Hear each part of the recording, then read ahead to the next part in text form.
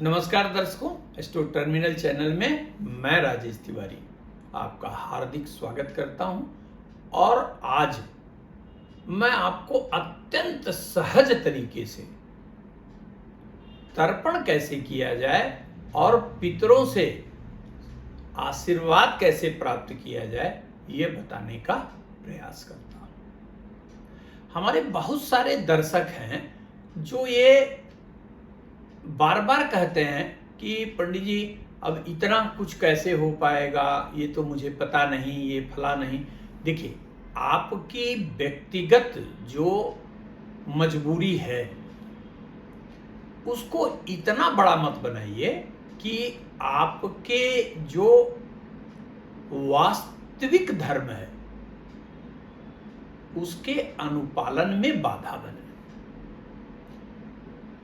आपके अंदर सदैव अपने पूर्वजों के प्रति कृतज्ञता निश्चित रूप से आवश्यक है, अन्यथा सारा दिन आप जो है वो ब्राह्मण बुलाकर, पंडित जी को बुलाकर जब तक कराते रहिए, सब व्यर्थ है, सब कुछ व्यर्थ है। यदि आप ध्यान से इस पितृपक्ष को देखें तो आपको स्पष्ट होगा कि इसे पितृपक्ष और श्राद्ध पक्ष भी कहा जाता है। श्राद्ध का तात्पर्य क्या है कि श्रद्धा पूर्वक पितरों को स्मरित करना एवं उनके तिथि के अनुसार ब्राह्मणों को बुलाकर यथासंभव स्वादिष्ट भोजन कराकर उन्हें दक्षिणा प्रदान करना। अब प्रश्न ये उठता है कि आपके पास समय नहीं है तो, और ना आप तर्पण जानते हैं, आप मेट्रो में रहते हैं जहां फला नहीं मिल सकता, ये नहीं मिल सकता, वो नहीं मिल सकता, दुनिया भर की दिक्कत है। तो ये दिक्कत अगर वास्तविक है तो आपके संज्ञान के पहले यह जो है वो आपके पितरों के भी संज्ञान में है, परमात्मा के भी संज्ञान में है। यहां आप अपराधी कदापि नहीं है। जो है ही नहीं है, जो कर ही नहीं सकते, आपकी सामर्थ्य नहीं है, उसके लिए आप अपराधी और दोषी कैसे हो सकते हैं? तो इसलिए निश्चिंत हो जाइए, कुछ करने की आवश्यकता नहीं। सबसे पहले एक कार्य निश्चित सुनिश्चित करिए कि आपको नियमित अपने पितरों को, यह पितर चाहे पिता रूप में है, माँ के रूप में है, बाबा के रूप में है, फला के रूप में है, किसी भी रूप में हो, इन्हें नियमित रूप से आप जलामृत अवश्य दीजिए, जिसे तर्पण कहा जाता है। मैं कभी आपको यदि इस बीच मौका मिला तो मैं आपको बताऊंगा कि इसकी वैज्ञानिकता क्या है। ये 15 दिन का ही पक्ष क्यों लिया गया, क्यों लिया जाता है, इसके बारे में हम वैज्ञानिकता जब आपको बताएंगे तो आपको समझ में आएगा कि वास्तव में यह कितना महत्वपूर्ण अवसर है अपने दुर्भाग्य को सौभाग्य में बदलने का।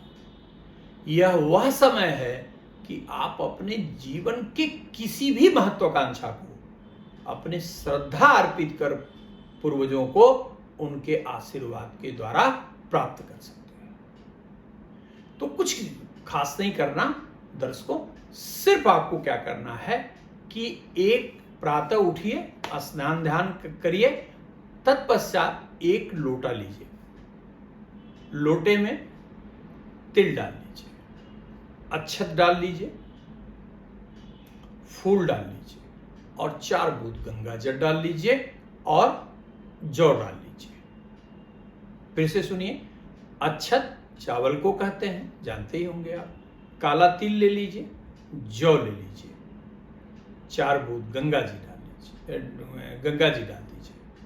तत्पश्चात आप दक्षिण तरफ अपना मुख करके, यदि कुश कहीं मिल जाए, कुशा जिसे कहा जाता है, तो उस कुशा को, मान लीजिए ये कुशा है, तो इसको यहाँ पे आप जो है वो लगा लीजिए, ऐसे ऐसे कुसा को कर लीजिए।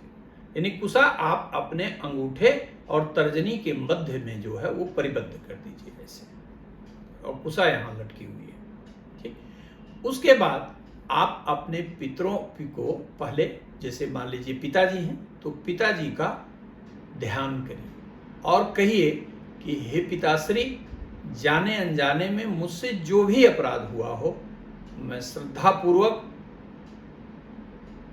क्षमा चाहता हूँ आपसे, और मुझे उम्मीद है कि आप मुझे क्षमा करेंगे। और यहाँ पे जल आप रखिए, जल डालिए। जल डालने के बाद आप देखेंगे कि यहाँ से बूंद बूंद करके कुसा से जल आएगा, और कहिए ध्यान करके उनका कि आप इस जल को ग्रहण करिए, ग्रहण करिए, ग्रहण करिए, और ग्रहण करके तृप्त हो। पुनः आपको माँ को स्मृत करिए यदि माँ नहीं है, यदि बाबा याद हैं तो बाबा को, ठीक है। जो भी पूर्वज आपको याद हैं उनको स्मरित करके सिर्फ इतना काम करना है आपको, और आपका तर्पण पूर्ण होगा। तत्पश्चात यदि तिथि पता है आपको तो ब्राह्मण को बुलाकर भोजन कराइए और उन्हें दक्षिणा प्रदान करिए। यदि तिथि नहीं पता है तो अमावस्या के दिन निश्चित रूप से ब्राह्मण बुलाकर उनको भोजन कराइए, दक्षिणा प्रदान करिए, और यह प्रार्थना करिए कि हे पिताजी या हे हमारे सभी पूर्वज, आप अन्न जल ग्रहण करिए और मेरे सभी अपराध क्षमा कर आशीर्वाद दीजिए। इतना ही कार्य करना है, इसमें कुछ भी नहीं लगना है, और कैसा भी कष्टकारी स्थिति हो वह निश्चित रूप से बदल लें। धन्यवाद।